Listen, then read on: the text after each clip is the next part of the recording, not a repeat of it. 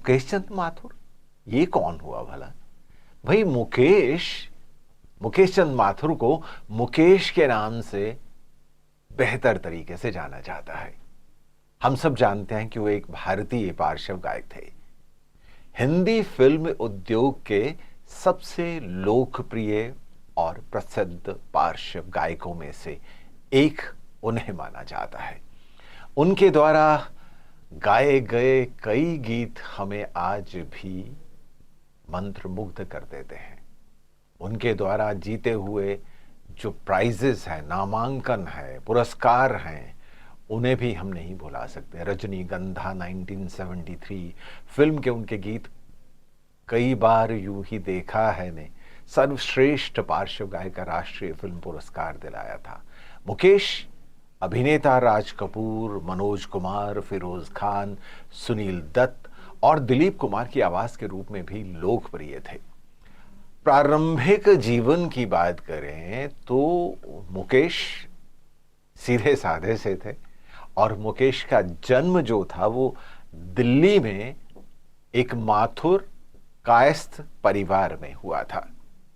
उनके माता पिता जोरावर चंद माथुर एक इंजीनियर और चंद्रानी माथुर थे। 10 बच्चों वाले परिवार में वह छठे नंबर के थे। मुकेश की बहन सुंदर प्यारी को पढ़ाने के लिए संगीत शिक्षक घर आया करते थे। मुकेश को भी इस विषय में कुछ ना कुछ सुनने का मौका मिलता रहता था, जो साथ वाले कमरे से अक्सर संगीत सुना करते थे। मुकेश ने 10वीं कक्षा के बाद स्कूल छोड़ दिया और कुछ समय के लिए लोक निर्माण विभाग में काम भी किया। उन्होंने दिल्ली में अपने रोजगार के दौरान वॉइस रिकॉर्डिंग के साथ साथ प्रयोग किया और धीरे धीरे अपनी जो गायन की क्षमता थी, सिंगिंग की जो टैलेंट था सिंगिंग का, उसको और बढ़ाने लगे और अपने संगीत वाद कौशल को भी विकसित किया। गायन करियर की बात करते हैं ना, दूर के उनके एक रिश्तेदार थे मोतीलाल। उन्होंने सबसे पहले मुकेश की आवाज पर ध्यान दिया। और कब दिया? आप सोच रहे होंगे भाई ये कैसे हुआ कि वो आए और उन्होंने ध्यान दे दिया। उन्होंने तब ध्यान दिया जब मुकेश अपनी बहन की शादी में गाना गा रहे थे। मोतीलाल ने जब ये गाना सुना तो उन्हें मुंबई ले गए और पंडित जगन्नाथ प्रसाद द्वारा गायन के पाठ की सही मायनों में व्यवस्था कर दी कि अब आप इनसे शिक्षा ग्रहण करेंगे। और हुआ ये कि इस अवधि के दौरान मुकेश को एक हिंदी फिल्म निर्दोष 1941 यानी 1941 में एक अभिनेता गायक के रूप में भूमिका के लिए पेश की गई। बस फिर क्या था, नीलकंठ तिवारी द्वारा लिखित निर्दोष के लिए एक अभिनेता गायक के रूप में उनका पहला गीत दिल ही बुझा हुआ हो तो था। पार्श्व गायक के रूप में उनका पहला हिट गाना अगर हम बात करें तो 1945 में अभिनेता मोतीलाल के लिए दिल जलता है तो जलने दे। समझ गए ना इसकी? दिल जलता है तो जलने दे। इस फिल्म में अनिल विश्वास द्वारा रचित संगीत और आह सीतापुरी द्वारा लिखित गीत थे। मुकेश गायक केएल सहगल के इतने प्रशंसक थे कि पार्श्व गायन के शुरुआती वर्षों में वे उनकी मूर्ति की नकल किया करते थे। वास्तव में कहा जाता है कि जब केएल सहगल ने पहली बार दिल जलता है तो जलने दे गाना सुना तो उन्होंने टिप्पणी की, ये अजीब है, मुझे ये गाना याद नहीं है। यानी वो समझ नहीं पा रहे थे, वो ये सोच रहे थे कि गीत मैंने कब गाया। इस तरह से उनकी आवाज और गीत गाने का स्टाइल बिल्कुल मिलता जुलता था। मुकेश ने संगीत निर्देशक नौशाद अली की मदद से अपनी गायन शैली को और निखारना शुरू किया, जिन्होंने मुकेश को अपनी सहगल शैली से बाहर आने और अपनी शैली बनाने में मदद की। नौशाद ने उन्हें फिल्म अंदाज के लिए गाने दिए। शुरुआत में मुकेश इस फिल्म में दिलीप कुमार की भूतिया आवाज थे और मोहम्मद रफी ने राज कपूर के लिए गाना गाया था। उन्होंने नौशाद के लिए अनोखी अदा 1948, मेला 1948, अंदाज 1949 जैसी फिल्मों में कई हिट फिल्में दी। अन्य संगीतकार जिन्होंने जीवन सपना टूट गया जैसे हिट गीतों में महान दिलीप कुमार के लिए मुकेश की आवाज का इस्तेमाल किया, वे थे अनोखा प्यार, ये मेरा दीवानापन है, शंकर जयकिशन में अनिल विश्वास, यहूदी और सुहाना सफर में और दिल तड़प तड़प के मधुमती में सलील चौधरी। हालांकि बाद में दिलीप कुमार ने रफी को अपनी भूतिया आवाज के रूप में चुना और मुकेश राज कपूर की भूतिया आवाज बन गए। मुकेश ने शंकर जयकिशन के लिए सबसे ज्यादा गाने रिकॉर्ड किए, यानी 133 गाने, और उसके बाद कल्याण जी, आनंद जी, जिनके संगीत निर्देशन में 99 गाने उन्होंने रिकॉर्ड किए और 4 फिल्म फेयर पुरस्कारों में से मुकेश ने शंकर जयकिशन गीतों के लिए 3 पुरस्कार जीते। 1974 में मुकेश को रजनीगंधा के गीत कई बार यूं ही देखा है के लिए सर्वश्रेष्ठ पुरुष पार्श्व गायिका राष्ट्रीय फिल्म पुरस्कार मिला और फिल्म अनाड़ी 1959 में सब कुछ सीखा हमने ना सीखी होशियारी गाने के लिए फिल्म फेयर पुरस्कार प्राप्त किया। पहचान 1970 में सबसे बड़ा नादान वही है और बेईमान 1972 में जय बोलो बेईमान की शंकर जयकिशन द्वारा रचित तीनों गीत और कभी कभी मेरे दिल में ख्याल आता है फिल्म कभी कभी का शीर्षक गीत 1977 खयाम द्वारा रचित।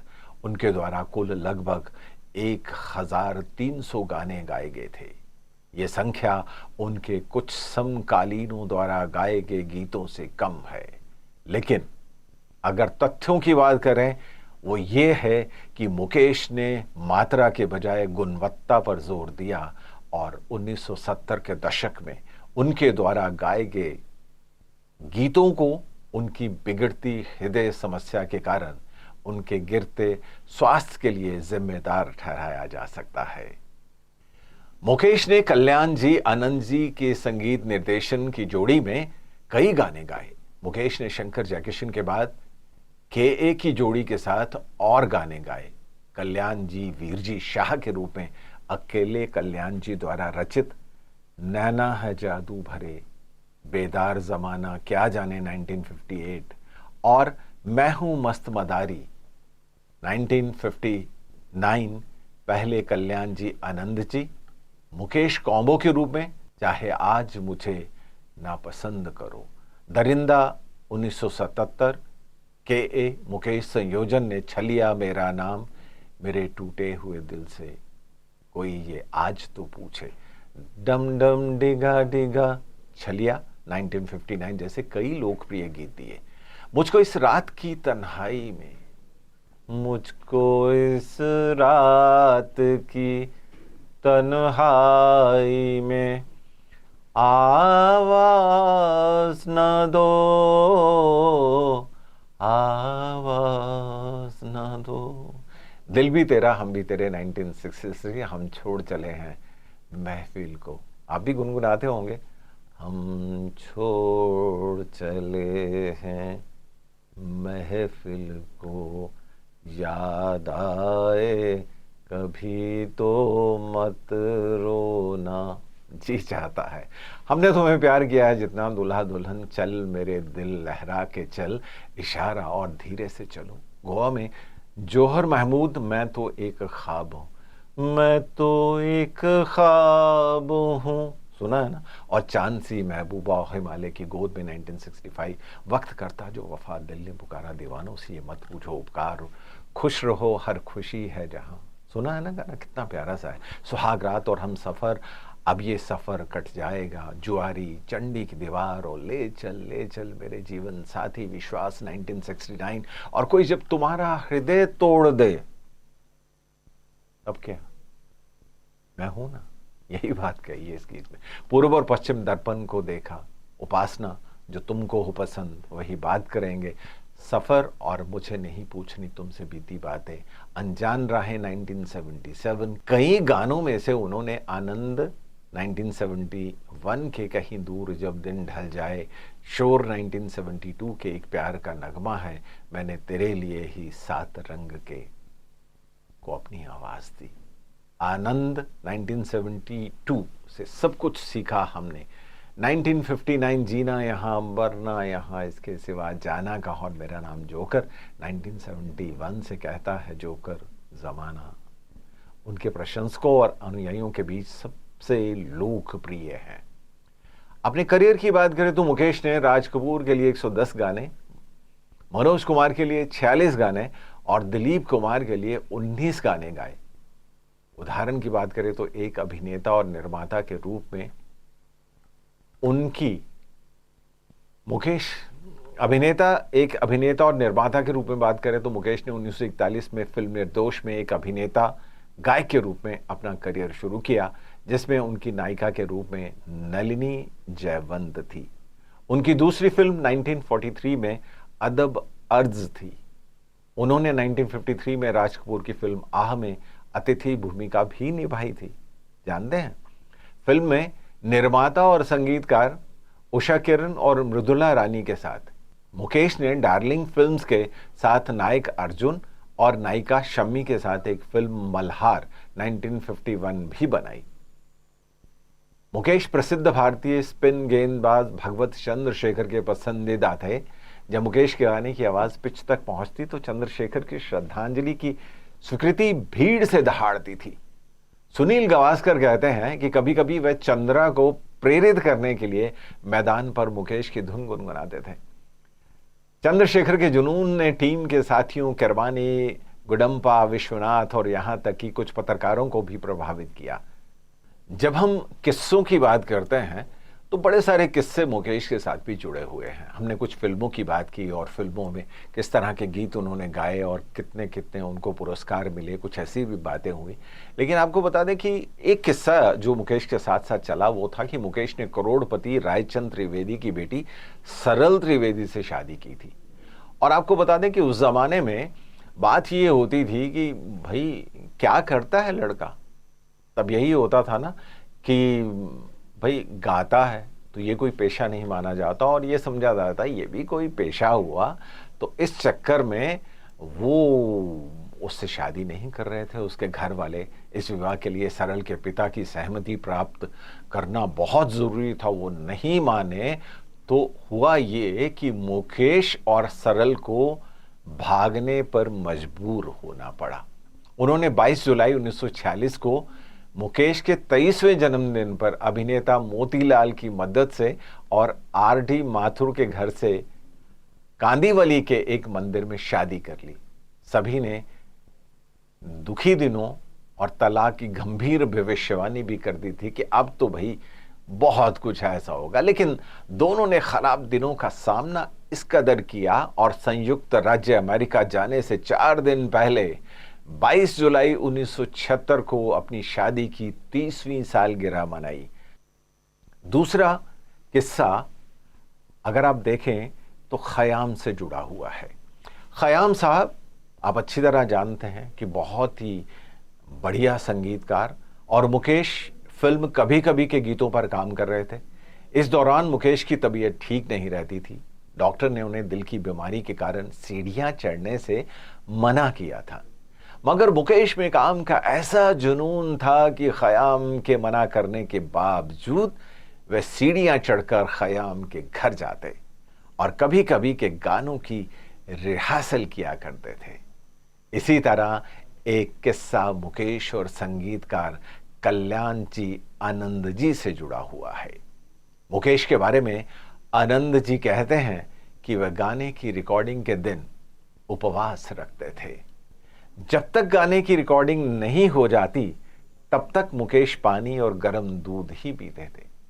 ऐसा आनंद जी से जब मैं मिला था तब उन्होंने ये बात भी की थी।